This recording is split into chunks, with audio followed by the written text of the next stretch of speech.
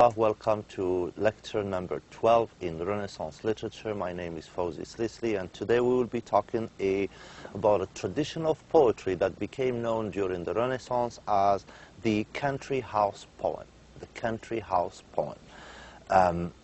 The English country house poem was invented in the early 17th century, and it's defined by its praise. It involves a praise for a country house estate, and it's usually male owner.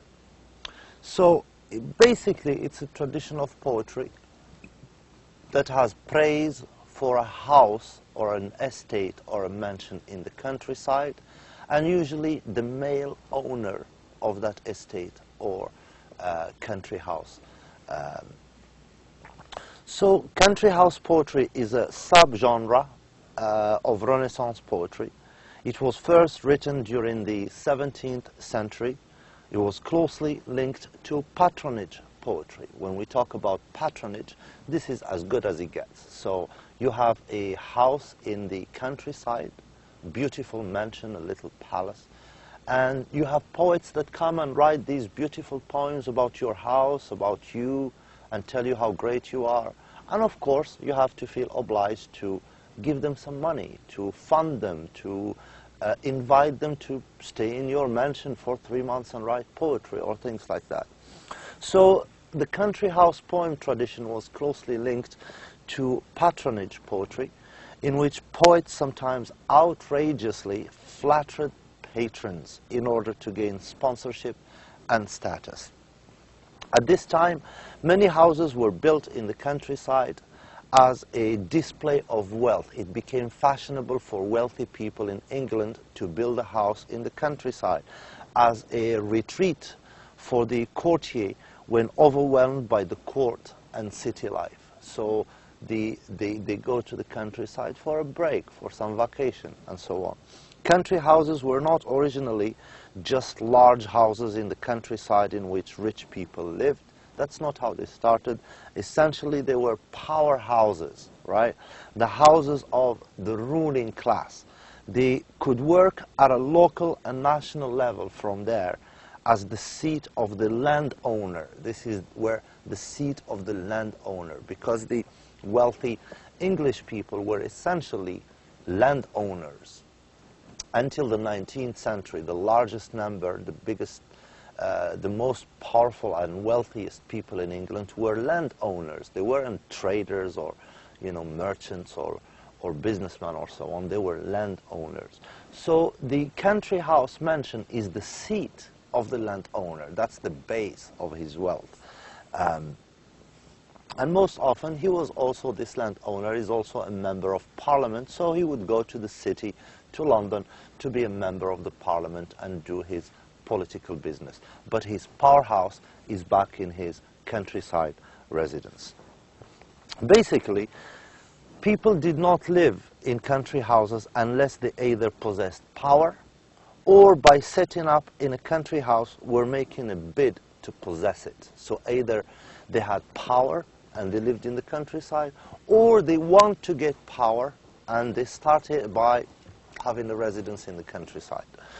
Country house poems generally consisted of complimentary descriptions of the country house and its surrounding area, which often contained pastoral details, details of natural elements surrounding the country house. Country house poems were written to flatter and please the owner of the country house. Why did the poets do this? Well, until the 19th century, as I said, the wealth and population of England lay in the country rather than in the towns. The wealth and the power of England until the 19th century was in the countryside. It wasn't in the city. Landowners rather than merchants or businessmen were the dominating class. Even when the economic balance became to change, they were thoroughly in control, meaning the landowners were thoroughly in control of patronage and of legislation, meaning the government. So strong through their inherited patronage and expertise that their political and social supremacy continued, and in a way it continues to the present. From the Middle Ages until the 19th century, anyone who made money by any means and was ambitious, he had ambitions for himself and his family, automatically invested in a country estate or a country house. Poets tried to gain the favor and patronage of these landowners through praise of their homes.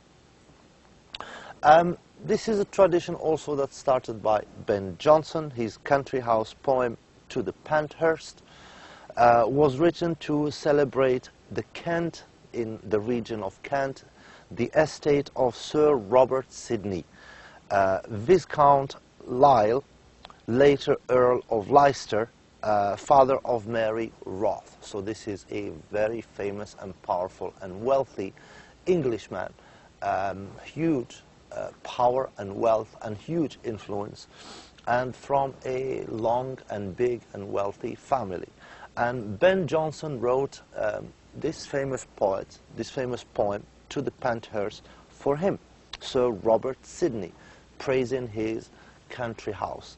The poem idealizes country life and sets up an opposition between the city and the country.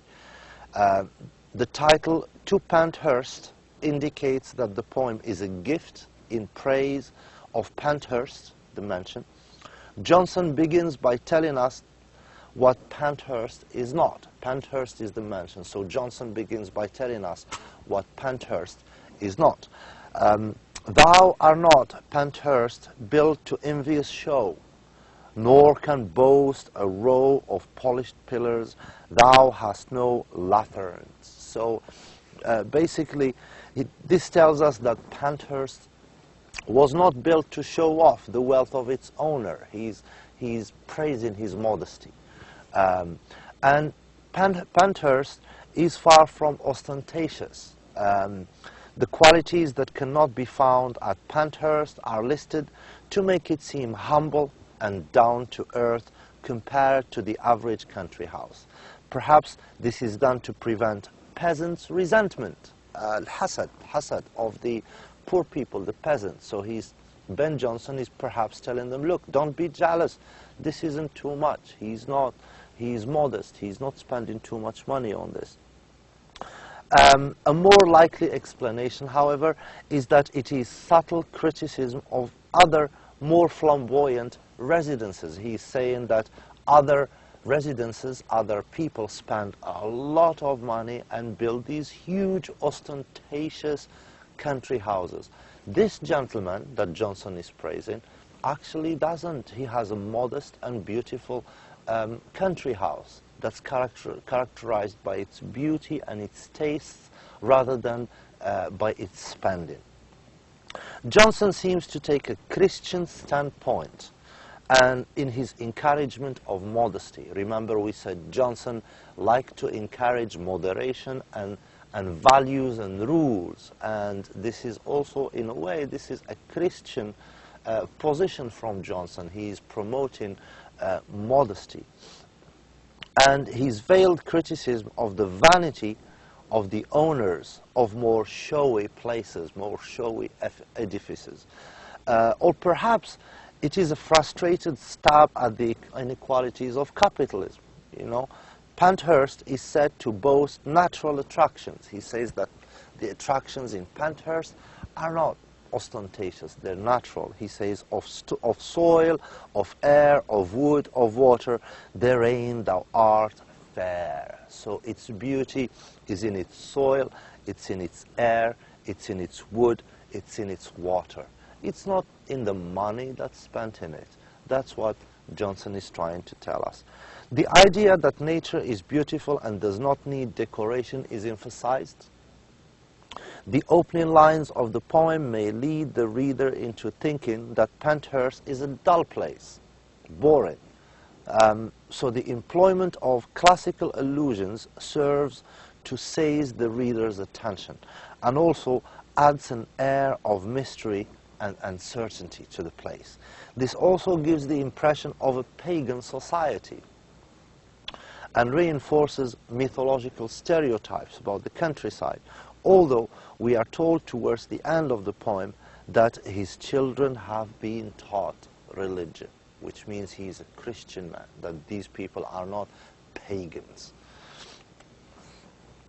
It is significant that the poem mentions the poet Philip Sidney, who is a descendant of the owner of the house. Philip Sidney is the great English poet.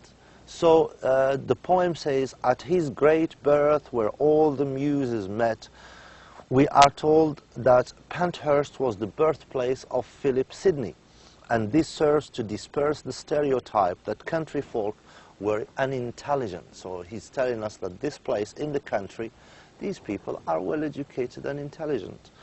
The absentee landlord, who, meaning the landlord who's never there, just comes to collect money. The absentee landlord who dissipated his time and fortune in living it up in the city, just, spends his time in the city spending his money, became a stock figure in contemporary satire. But so did the boozy, illiterate hunting squire, the Sir Tony Lumpkin or Sir Tombelly Clumsy, who never left the country at all, or if he did, only made himself ridiculous. So there were stereotypes about people who, owned land in the countryside and, just rented it to people, took the money, and they were never present. They just go to the city and spend their money. But there was also stereotypes about the wealthy people that just live in the countryside. They just drink alcohol and go hunting, and they never do anything else. They never go to the city. Philip Sidney was seen as the model of a Renaissance man. He is the owner of Penthurst is a descendant of Philip Sidney, and Philip Sidney is lived during the Renaissance and was a model of the English Renaissance man. He was a courtier, meaning he spent a lot of time in court, in the king and the queen's court. He was a talented poet, an advisor to the queen, and he was also a soldier. His whole family were patrons of the arts. So the connection made between Penthurst and the Sidney family gives the impression that Penthurst was the epitome of an educated, cultured household and family. In the central part of the poem, Johnson makes Penthurst sound like a countryside utopia. The copse never fails to serve thee seasoned deer. Each bank doth yield thee conies, meaning rabbits. The painted partridge lies in every field, willing to be killed. In a way, even he says, even the animals, they come and run to you willing to be killed when you go out hunting. These rabbits, the rabbits, they just come running to you and wait for you to kill them. So he's drawing an unrealistic, utopic image about Penthurst, this mansion called Penthurst.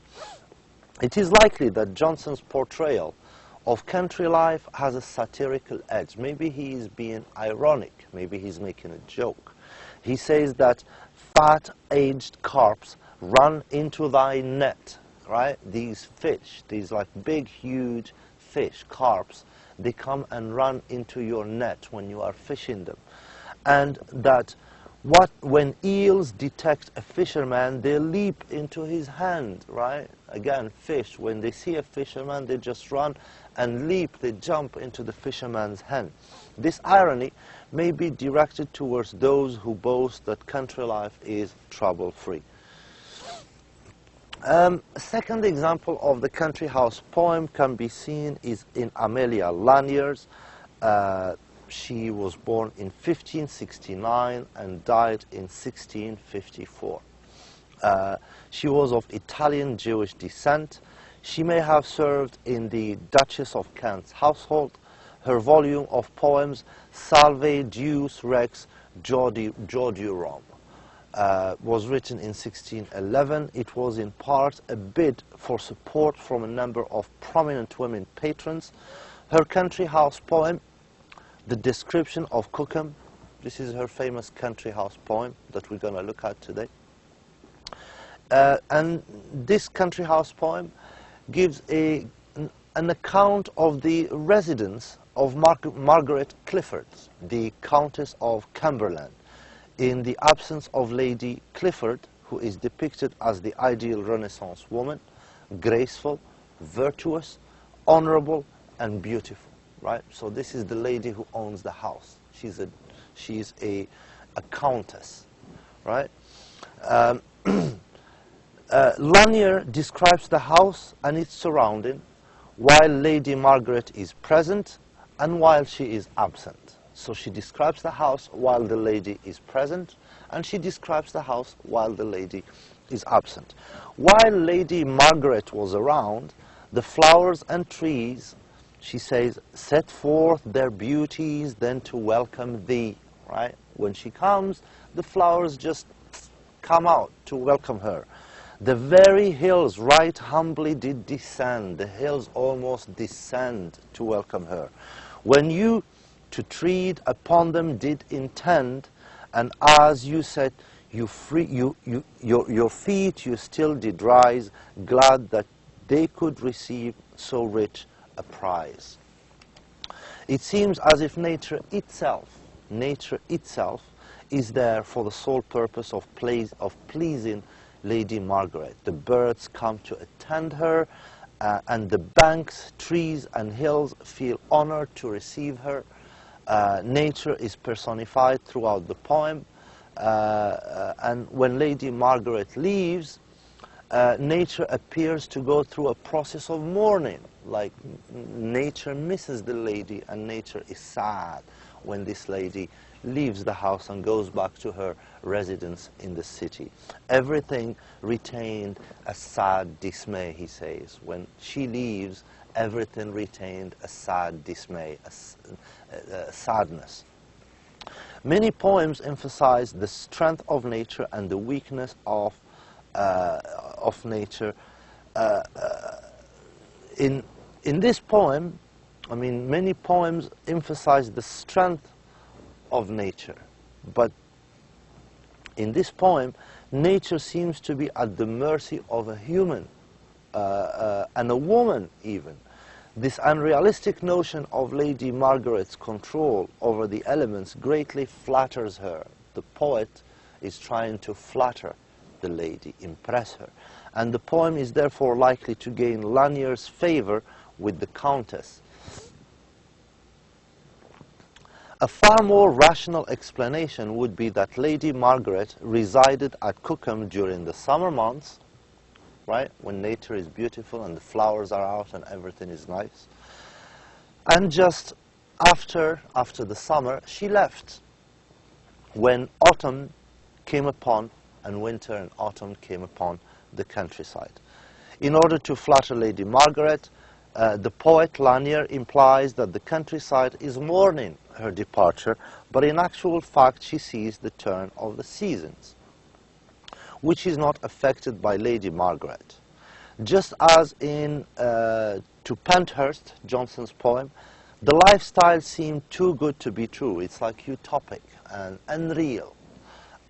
In a description of Cookham, the lady of the house seems to be too close to perfection to be real.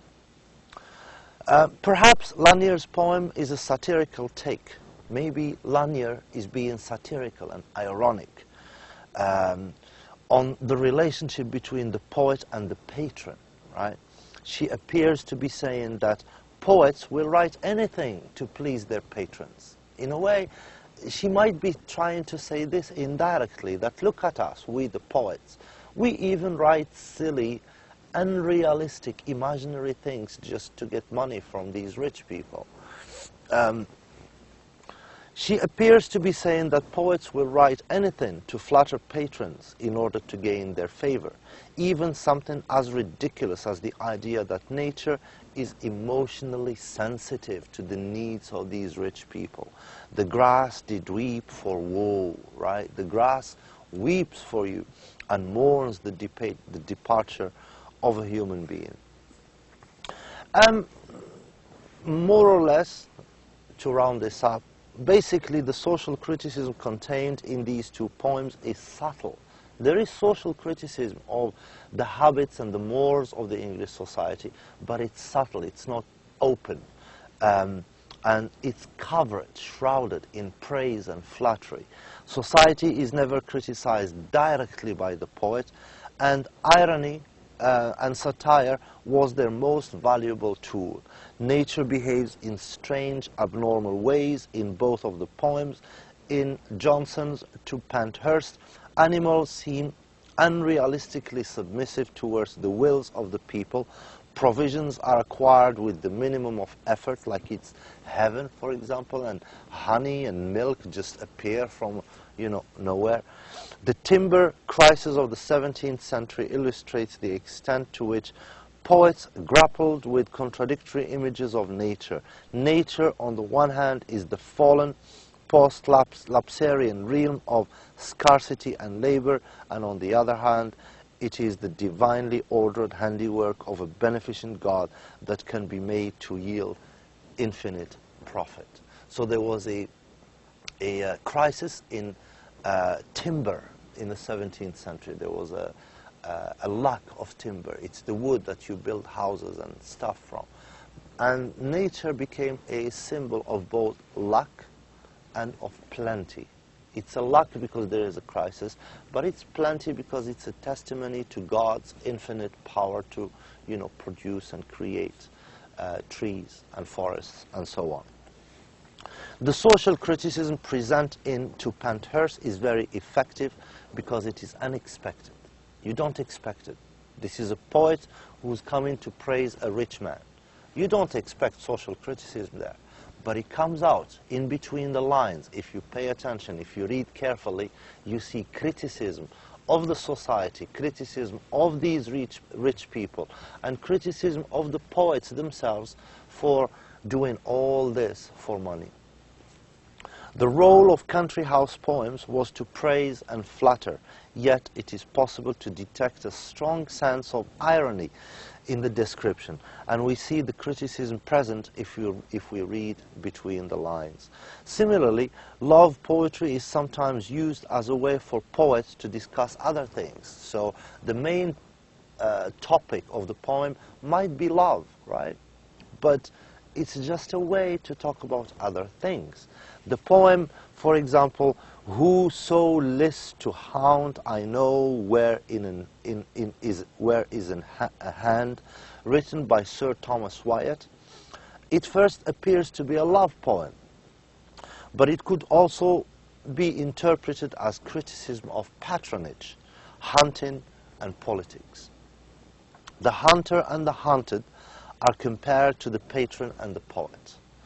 At this time, poets were afraid to be direct in their criticism of the world they lived in. They were too afraid to be directly critical of the world, so they disguised their criticism and their love stories or love poems or praise and so on, because they could incur the wrath, the anger of the monarch, the king, or the authorities, or the rich people, which was never beneficial if the poet wanted to gain patronage. The poems are effective as social criticism because the criticism is not obvious, it's not clear, but if one looks closely, it becomes apparent. However, more likely, it was unlikely that people read country house poetry to be provided with political and social insight. Most likely, people in the Renaissance didn't go to read country house poems to get their criticism of politics and society and stuff. So it is likely that many of the allusions in the poet and the associations and the metaphors were lost on the majority of the readers. And with this brings us to the end of this session on the Cavalier's poems. I hope you find it useful, and till our next session, Assalamu alaikum wa rahmatullahi wa ta'ala wa barakatuh.